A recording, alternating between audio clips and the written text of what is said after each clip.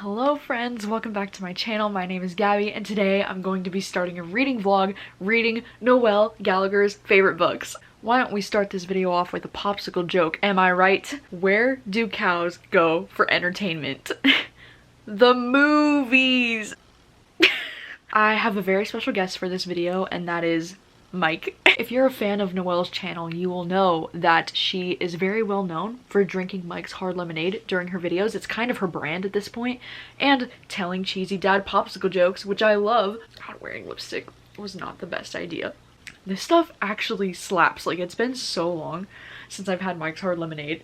But anyways, hi, welcome to the video. I'm so excited about this video. Noelle is one of my favorite YouTubers who I just discovered in the year of 2020. Honestly, finding Noelle's channel last year was probably one of the best things to happen to me in 2020 because she is just such a ball of sunshine and her videos always make me laugh. She always makes me smile and she's just so fun to watch. Like, I just really love watching her videos. And I thought this would be a fun little like reading experiment to try and read some of her favorite books. I've done this kind of video a few times before in the past. Last year I did this video twice, I think, of reading other YouTubers' favorite books, and so I thought Noelle would be a fun one to do this for as well because we do have some similar reading tastes. I think our similarities align most with romances, thrillers, and some sci-fi books. Like, some books that we both share a love for include Evelyn Hugo, Addie LaRue, Home Before Dark, Lock Every Door, Ready Player One, The Shining, The Hating Game, The Kiss Quotient, and The Vanishing Half. I've noticed are just a couple of books that I've noticed that we both are pretty obsessed with. For this video though, I think it would be pretty fun to try and read a few books that are kind of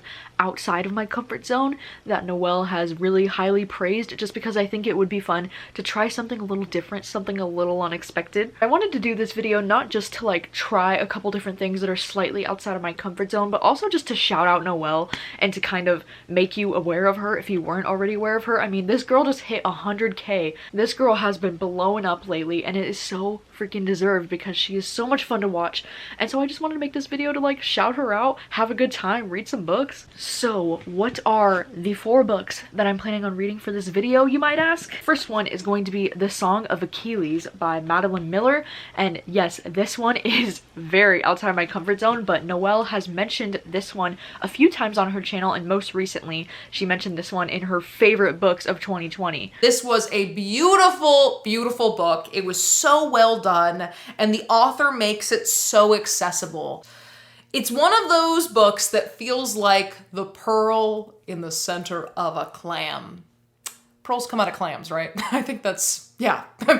Right? And this is one that I've kind of had my eye on for a couple years actually. Like, I was interested in reading this one just because of the aspect that there might be this kind of like gay romance happening in this book. I didn't really know too much about it before. I just know it has to do with like Greek mythology and like the gods, and it's kind of like fantasy-ish, I guess. Or I guess it's more like Greek mythology, but that's just not something I'm usually like really interested in reading. But I did hear that there's like a really beautiful tragic male-male romance happening in this book, so that kind of made me interested in checking this one out. And I was actually planning on reading this one for another reading books outside of my comfort zone video that I wanted to do anyways, so this is kind of the perfect opportunity to read this book. I want to know the hype, I want to be involved. Next book that I'm going to be reading for this video is The Snowman by Jo Nesbø. This one is kind of within my comfort zone because it's a thriller, but it's also kind of outside of my comfort zone still because it's a detective point of view thriller.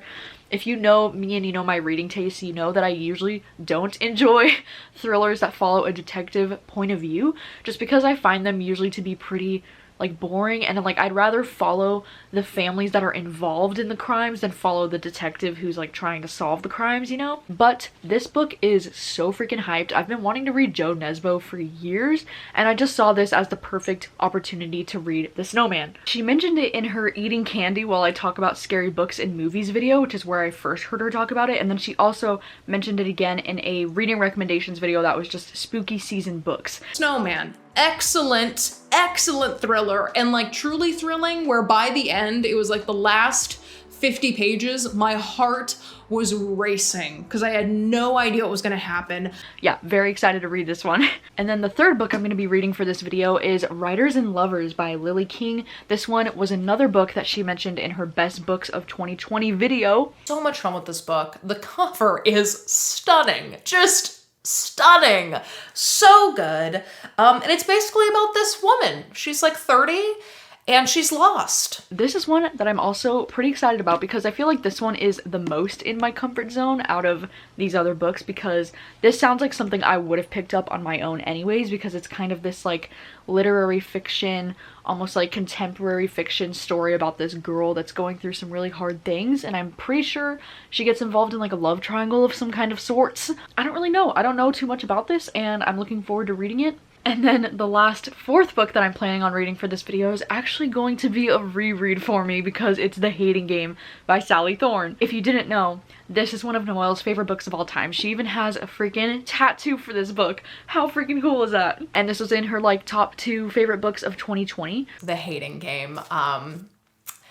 We don't need to talk about it, right? We already know what this book means to me. It's just the sweetest, steamiest, flirtiest romance that I read this year, and I loved it so much I got a strawberry tattoo for it. And rightfully so, because this is one of my all-time favorite romances. I love Lucy and Josh with my entire soul and chest. I think it would be fun to reread this because I've actually read this book twice. The first time that I read it was in like maybe 2016 or 2017, and then the second time I read it was in 2018, and so it's been about 3 years since I've read this book. I do remember most things about it, but I'm sure like anytime I reread a book, there's always some things that I just don't remember about it, and I just love re-experiencing my favorite books. So I was able to check this audio out from the library, and we're gonna reread it this week, and it's just gonna be the best time. So yeah, these are the 4 books that I shall be reading for this video, not including The Hating Game because I feel like that's kind of cheating since I already know my feelings about this book. I wanted to rank them in the order that I think I will enjoy them the most. I think I would have to put this Song of Achilles in the #1 spot just because this book is so highly praised. I don't know if I've ever met anyone who hasn't given this book 5 stars, so I feel like this one needs to go in the #1 spot of like the one I think I'm going to enjoy the most. And then I think next I'm gonna put Writers and Lovers, just because again, this is one that sounds really beautiful. It sounds like something I would have picked up on my own, and I think this will be the second one that I'll enjoy the most. And then lastly, I'm just gonna put the Snowman last because I genuinely don't know how I'm gonna feel about the Snowman, and because since it is a detective point of view thriller, I know I'm definitely taking a risk here with this one. So yeah, reading Noelle's favorites. I'm very excited for this video. I've been planning this video for like fucking months now, like you have no idea. And kudos to those of you who actually figured it out, because in my January TBR, I just casually mentioned that I was doing a secret TBR this month and I was gonna have to read the Snowman for that. And I actually did get a few comments of people, you know, guessing that I'm reading Noelle's favorites this month. And like, wow, you guys are the real detectives here. Let's jump into it. Hello, good morning.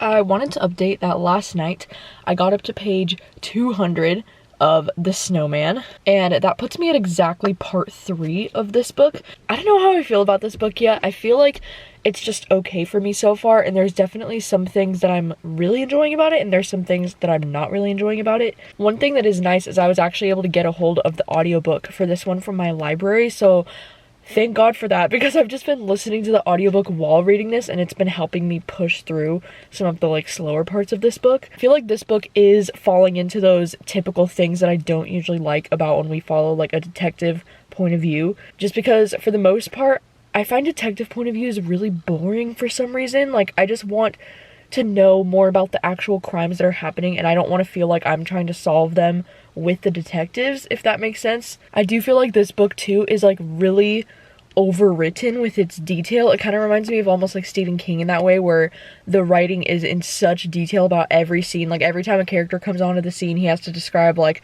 what the day looks like and what's going on, and like you're just like, get to the point, you know.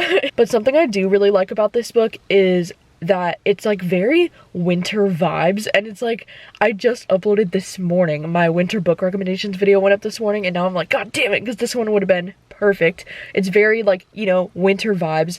I love the fact that this serial killer is just like leaving snowmen in front of the like wherever he kills people. It's just, it's very interesting. The concept is very interesting. I am really curious to see where it goes. I do really enjoy the end of the parts. Like, I feel like right before the end of part 1, there was just this crazy moment where I was like, holy fuck. And then right before the end of part 2, leading into part 3, there was a crazy scene that I was like, holy fuck. So I mean, he's really good at, you know, building the suspense, at keeping you interested, even though I feel like I don't entirely care about these characters necessarily. So I don't know.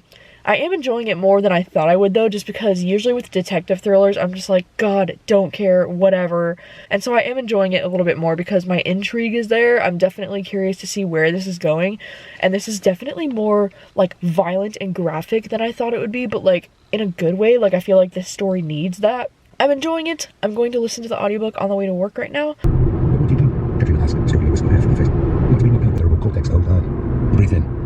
Okay, Katrina. It has been a couple of days. I kind of switched things up in my room, so I'm sorry if the lighting looks a little bit different than what you're used to, but I am getting pretty close to being done with the Snowman. I'm on page 390 out of about 500, so I have a little bit over 100 pages left. And I am still just not having the best time with this book. I know that I thought I was going to be bored by this book because it follows from a detective point of view, and that is turning out to be the case for the most part. I don't know what it is with me, but I just don't like detective point of view books, which is crazy, you know, considering the fact that Prisoners is one of my all-time favorite movies. But, you know, that's probably just because Jake Gyllenhaal is just so great to watch as Detective Loki. Like, I love that character, but Harry, I do not love. I do not love this character.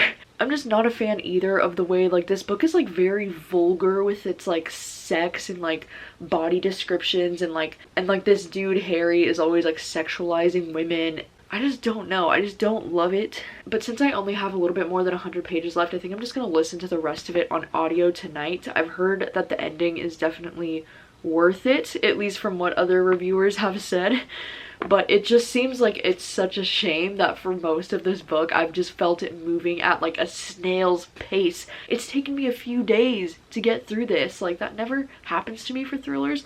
Usually with thrillers, even if they are like lengthier, I can usually get through thrillers pretty quickly because if I'm intrigued, I'll want to read it again. But lately I just find myself like not wanting to pick this up.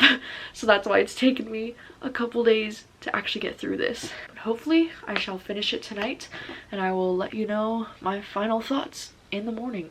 Last night I did finish The Snowman and it definitely did get better towards the end. Like, the action definitely picked up, but I just feel like the book as a whole was so slow for me and such a struggle to get through that I can't give it more than 2 stars personally. But I can definitely see the hype with this one. I think if you do enjoy thrillers that follow from a detective point of view, then I can totally see why you would enjoy this. I mean, I think this is definitely a me thing. I just feel like I'd so much rather follow from the point of view of someone who's experiencing these crimes as opposed to the person who's trying to solve them. But there were some truly, you know, graphic and horrific things that were happening in this book that were very interesting, to say the least. Like, it was really interesting and gruesome to read about, and I enjoyed that aspect of it. I just didn't enjoy the slow build, and I just didn't care a whole lot about the characters, I guess. So yeah, this was fine. It was 2 stars for me.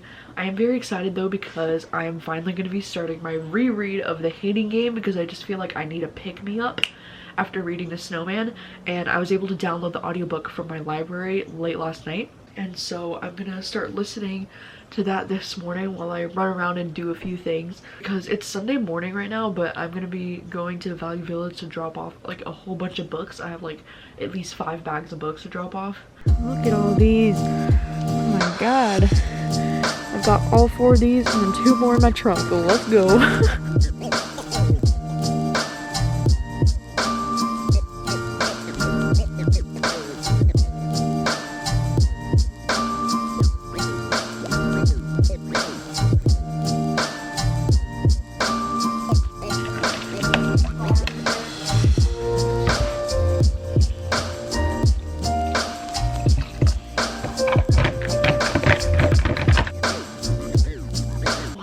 It's like 2:30 in the afternoon now, and I just wanted to update you that I have been listening to The Hating Game on audio literally all morning long.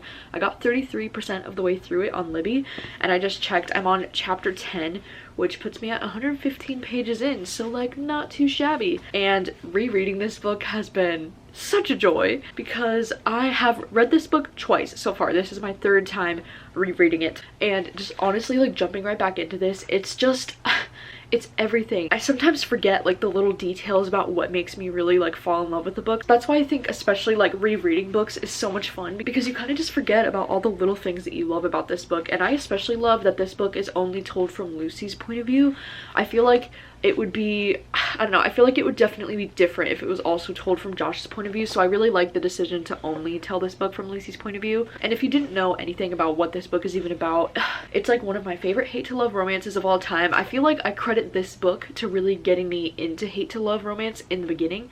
And it's about these two co-workers, Lucy and Josh. They both work for a book publisher, and they're both going to be up for the same job promotion. So they're kind of like fighting each other over trying to get this job so that they can be each other's boss, basically. Honestly, this is so like my ideal romance book. Like this book or The Unhoneymooners is like the kind of romance that I would want to write if I ever were to venture into writing romance, because like god, their banter is just so spot on, and like their personalities, they just fit so well together. And now that I'm reading this a third time, I feel like I noticed this time that Lucy is so much more like into hating Josh than Josh is into hating her. Like I don't even really think he despises her very much. I think it's mostly all in her head, you know? But I love it so much. And I know that it can be like, they're kind of like immature and like whatever with each other, but I just kind of adore it. Like I don't even care. I just think they're so cute, and this book just makes me so happy.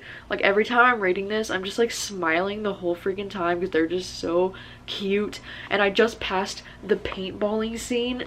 The paintballing scene, I forgot all about that. It's just so freaking cute. But anyways, now it's 2:30 in the afternoon. I just made some iced coffee, but it's a little bit too much milk. Like I never know the right portions to do when I'm like making iced coffee at home for myself. I feel like I always fuck it up somehow, but I'm still gonna drink it anyways. While I have some time this afternoon, I think I might start The Song of Achilles, because I wanted it to download this audiobook on Libro as well, because lately I've been finding it really helpful if it's a book that's kind of like outside of my comfort zone, like something like this, to download the audiobook and then read along. Like that was like the only way I was able to get through the Snowman. Like there's no way I would have been able to like read that entire book with my eyeballs. So I do think it would be nice to download the audiobook, listen to it a little bit this afternoon, follow along with the actual book, and just hope for the best. This is definitely the book that is the most outside of my comfort zone out of these four that I'm reading for this video, but this is definitely far outside of my comfort zone. This is definitely something I probably wouldn't ever pick up on my own because I'm not super interested in Greek mythology. But I feel like that's kind of the point of me doing these videos of like reading other booktubers' favorite books, because it kind of like pushes me to try something different, try something that I wouldn't normally pick up. So I'm excited. We're gonna give it a go. Hopefully I enjoy this.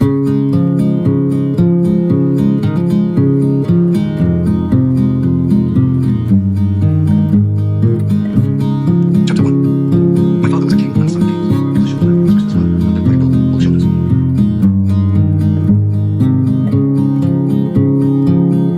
A significant light, just where it was needed, gleaming black as night, cloistered in injustice, dead in the eye of time. Nobody is losing. Hello, it is a little bit later in the night now. It's like 8:30 at night. I only got the chance to read a little bit this afternoon because then me and my sister ended up watching a movie, and then we were watching some TV, and you know, other things were going on. But I did get 75 pages into this book. I also just cracked open a Mike's Hard Lemonade because it just felt right. Ah, this shit is fresh. I'm only 75 pages into this book and I'm already really enjoying it. I'm taking some notes on it because like I don't want to forget what's happening. There's a lot going on. I didn't think this book would be my thing because of the fact that it kind of involves like Greek mythology and like gods and goddesses, you know, it's just not usually something that I would want to read, but this book is written so damn beautifully. I'm glad I downloaded the audiobook because the narrator of the audiobook is this dude. He has this accent that is just very lovely to listen to, and I already adore these two characters that we're following so fucking hard in this book. We're following the main character. What is his name? It's Patroclus. God, I'm probably butchering that. I don't remember how he pronounced it, but it's Patroclus, I think, is our protagonist, and then Achilles is his love interest, I think. I don't know, he's a prince, and they're pretty young boys right now. They're like 10 to 12-ish years old, and I think I'm at the spot right now where they're like 13-ish years old. But like, oh my god, they're so cute. And I don't know, like usually this wouldn't really be something that I'm enjoying, but I think because of this like romantic element that's currently happening, I'm like really invested. So I don't know, I'm excited. I'm gonna drink some more of this hard lemonade and try to read some more of this now. Hi, I'm back in bed. It's like 10:20 or so at night, and I'm on page 138, and god, I'm so torn over like I want to stay up kind of like all night reading this book, but I'm nervous because tomorrow is my birthday, and I just have this feeling like I'm gonna get so deep into this book tonight that I'm gonna want to like finish it tomorrow morning on my birthday. But I've heard that the ending of this book is like really sad. Like everybody says it's one of the saddest endings of all time. So I feel like I picked a really weird time to read this book because I don't want to be like bawling my eyes out on my birthday over like a sad book. You know what I mean? So now I'm like, but then like will it have the same effect on me if I don't read it for like a whole day and I come back to it the day after my birthday? I don't know. Or maybe I should just read it on my birthday and have a good cry. I don't know. But I'm still really loving this. There is just something that happened in the plot right now that like completely shook me. I'm really surprised at like the pace of this book, like how quickly years are like passing and going by. I'm feeling like this is going to be a story that maybe spans these characters' entire lives because of how quickly the story is moving. And I just really care about these characters and... Site worked out what book could make a format for me. Josh is nearly upon us. I'm beginning to think I may toss Danny into oncoming traffic myself to end this agonizing little tableau. Okay, talk to you tonight. Bye, Josh. Good luck in your interview. Hello, good morning. It is the next morning. It is the 19th morning now. Yesterday was my birthday and I didn't end up reading anything for this reading vlog yesterday for the most part. I did end up laying in bed though at the end of the night, and I was just listening to the Hating Game audiobook before I fell asleep, and then I just listened to it all the way on the way to work, and I'm now 63% of the way through this audiobook. I just love this audiobook so much, like for real. Lucy and Josh are the cutest and I adore them so hard. It's a little bit later in the evening and I wanted to let you know that this afternoon on the way back home from work I finished listening to the Hating Game audiobook, and god, listening to this audiobook again over these last few days has just brought so much joy into my life. Like I don't know why more often I don't listen to like re-listen to my favorite romance books on audio, because it makes my heart so happy. This book and The Unhoneymooners are like my favorite romance books to just like listen to every now and then just to like be in a better mood, and it's just been so many years since I've read this book, so it just honestly warmed my whole soul. And I totally forgot about some character moments in this book. Like I forgot about some of the stuff with Josh's family, which I'm not gonna spoil anything for you if you haven't read it, but I totally forgot about some of the family drama with Josh and like what was going on there. So I was totally invested and angry about some things that were happening with Josh. I just felt so bad, and I just adore Lucy so hard. Like she's just so cute and so relatable, and I don't know, I'm really curious to see the movie adaptation because this has been adapted into a movie. It's already filmed, and like it's probably going to be coming out maybe this year or next year, I don't know, but I'm really curious to see the movie because like god, I just hope they can do it justice. Like I'm not a huge fan of Lucy Hale, so like I don't really know what to expect with it, but god, I just adore this book to pieces. I just love it so freaking much. I'm really glad I decided to reread this book for this video because wow, it has uplifted my spirits so much. And anyways, I just wanted to let you know that I think I'm planning on reading the Song of Achilles. I think I'm going to try to finish it tonight because I just have a little bit over 100 pages left, and you know, I know this book is probably going to crush my spirit because I know so many people have told me that the ending of this book is just absolutely gut-wrenching, and so I'm expecting it. You know, I'm going in thinking it's gonna be sad. Oh my gosh, look at what Noelle just posted to Instagram today. That's so cool. She literally did like the cloud on her eye that's like on the cover. Like, what? This is so cool. Oh my gosh. Like, this is one of the coolest cosplay kind of idea things that I've ever seen. I love the red bandana too. Like, this is so cool. I really hope she ends up loving this book because I'm so curious about this one. But anyways, I just thought that was pretty cool.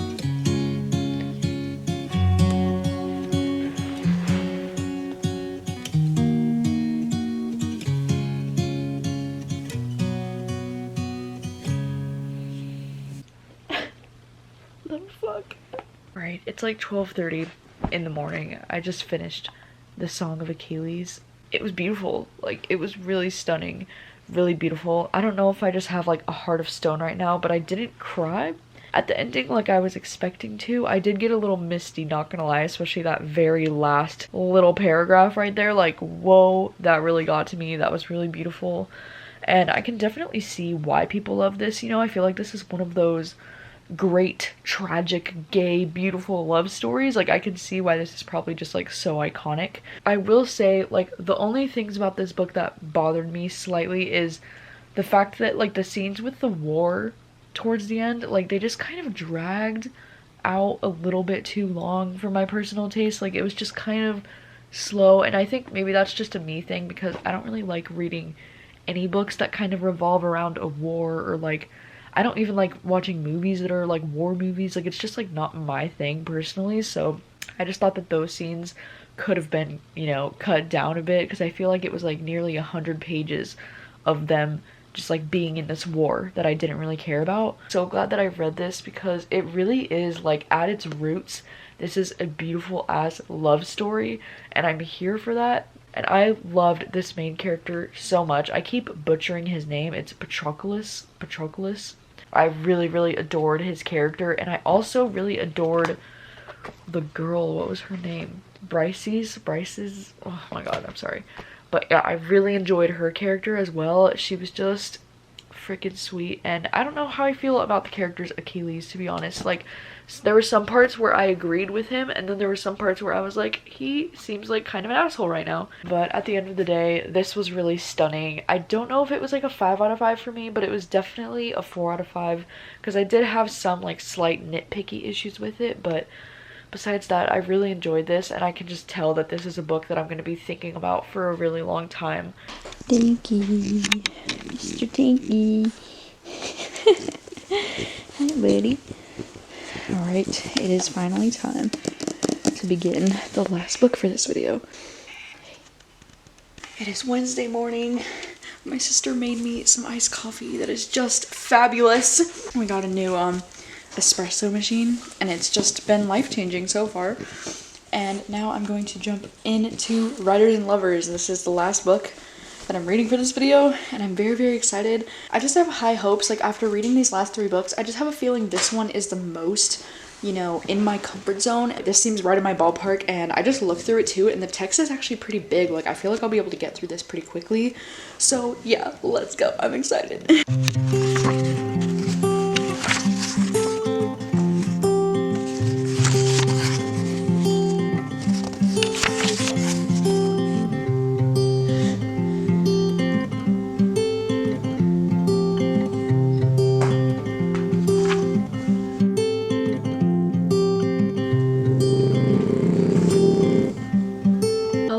Howdy, it's been a couple of hours since I started this and I'm 118 pages into it at the moment. I don't know, so far I'm feeling pretty bored by this story, like, not gonna lie. Tinky came to say hi, buddy. Oh my gosh. I feel like this would be the kind of story you might enjoy if you enjoyed Eleanor Oliphant is completely fine, or maybe something like Normal People, because I feel like this is one of those books where it doesn't really have a whole lot of plot. You're just kind of following this character who is kind of like almost in this like depressed state of mind as they're going about their day-to-day life and kind of like trying to find meaning in it all, I guess.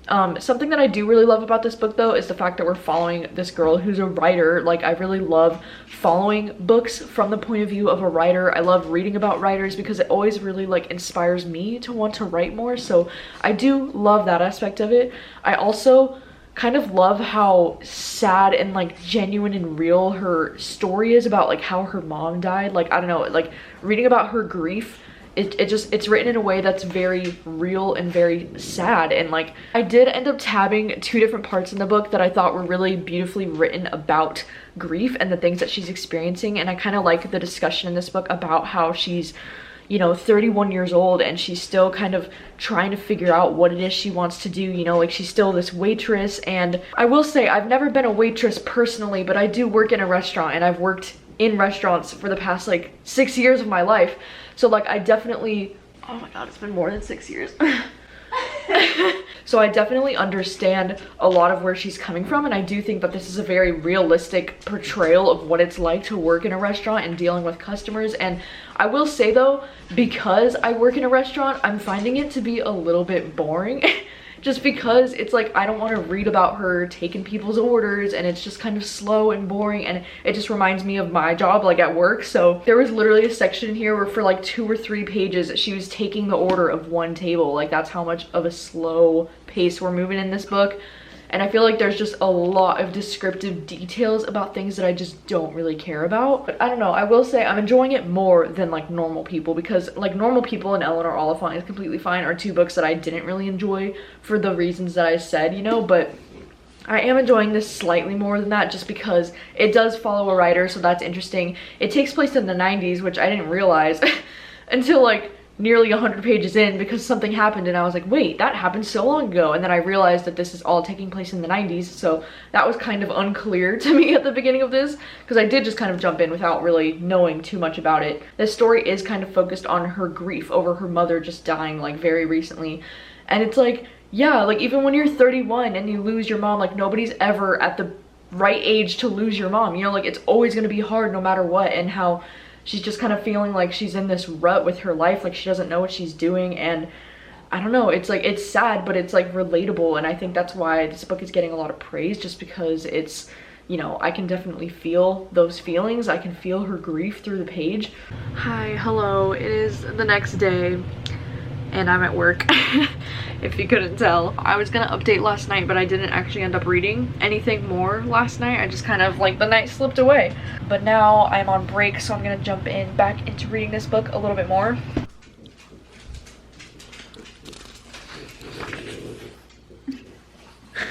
Dang it. Jane, come here. Dang, where's your ball? Where's the ball? Dinky, give me the dragon. Give it to me.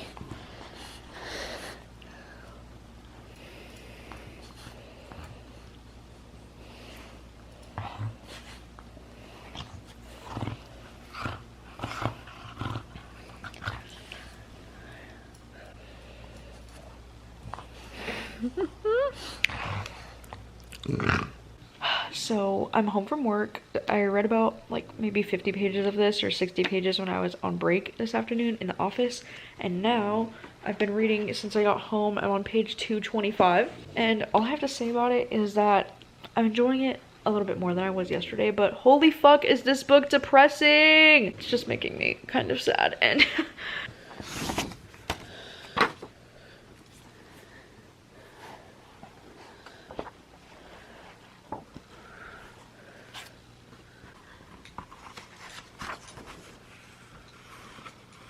just after midnight, and I finished reading Writers and Lovers. I've got to say, while this wasn't like a new favorite for me, I definitely appreciated the ending a lot more than I was expecting to. Almost had a moment where I just cried because, as I said, this book was kind of depressing to get through most of it, but by the ending it was definitely like really beautiful. and really heartwarming. And this isn't a spoiler or anything, but there's this moment where somebody asks her in this book, they said, "What are you really scared of?" And she says, "I'm scared that if I can't even handle this right now, how will I be able to handle bigger things in the future?" I just feel like I really connected with that just because like I've been going through a lot of really difficult things with my family in this last month, and you know, as like someone who deals with pretty intense anxiety, it's like, yeah, I always think of those things like, how am I going to be able to handle worse things in the future if I can't even get through this right now? And I think a lot of people that have anxiety kind of deal with this thought of like, am I going to look back on this period of my life as like the easiest carefree time of my life, like stress-free time of my life, and miss these days?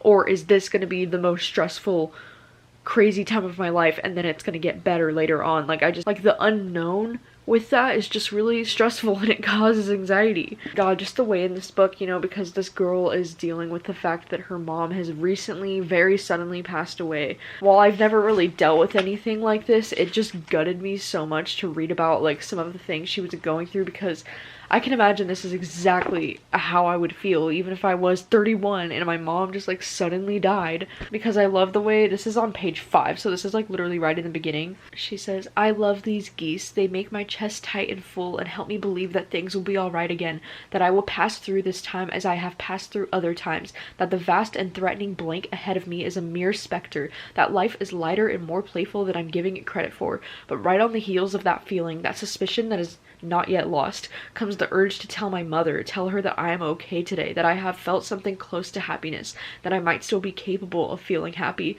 She will want to know that, but I can't tell her. That's the wall I always slam into on a good morning like this. My mother will be worrying about me and I can't tell her that I'm okay. Ugh, fuck, it's just so beautiful because, yeah, I feel like when you're dealing with grief that is this intense, like the grief of losing someone that you're that close with, it's like no matter how good of a day you have in the future, no matter how close to happy you feel, you'll always just get into this rut of like, it's not the same as it used to be, you know? Or like, or just that feeling of like, yeah, whenever you feel a sense of happiness, you want to share that with them, you know? Like anytime something good ever happens to me, I can't wait to tell my parents, I can't wait to tell my sister, you know? And so yeah, I can't imagine like feeling like on the brink of happiness for the first time after this has happened, and then like you can't share that with them, you know? And then that just spirals. It just sends you back into a spiral. So yeah, I do think this book got to me on an emotional level towards the end. I definitely connected more with the writing towards the end. I just wasn't a huge fan of the beginning of it, and I'm still not a huge fan of the writing style of this book, but I do think I'd have to bump it up to like a 3.5 stars. I was debating giving it 3 stars for like the majority of the book, but that ending just really got to me. I almost got emotional. It was beautiful. Oh, shit is fresh. Oh my god. Yeah, my final thoughts on Writers and Lovers is that this is a really beautiful but also depressing novel. I can see why people really enjoy this book. As far as my like ranking for all the books that I read this week, I think I was pretty spot on with the fact that I thought The Song of Achilles was going to be my favorite thing that I read for this video, and it definitely was. I mean, other than, you know, The Hating Game. We had a great time rereading this week. Oh my gosh. But The Song of Achilles is something that kind of just totally surprised me, because I just didn't think that this would be something I would enjoy, because it's just so like out of my comfort zone genre wise. But my god, this love story is beautiful, and this is a book that I think you will think about for a long time after you've finished it. I mean, I know it's only been a few days since I've finished this book, but ever since I finished it, I can't stop thinking about it. And something that I wrote in my notes for my little review of my book that I forgot to tell you about is how when you read this book, you literally feel like you can smell the ocean breeze. Like, this book is just so descriptive with its descriptions of like the land that they're on. This is definitely one of the most beautifully written books I think I've ever read. So there's that. And also the audiobook is really great. The guy has this like amazing accent, and I just really loved my experience listening to this audiobook. I'm debating if I should watch the Snowman movie, you know, because I've heard it's pretty goddamn terrible, but I just kind of want to watch it and like see how bad it is, you know?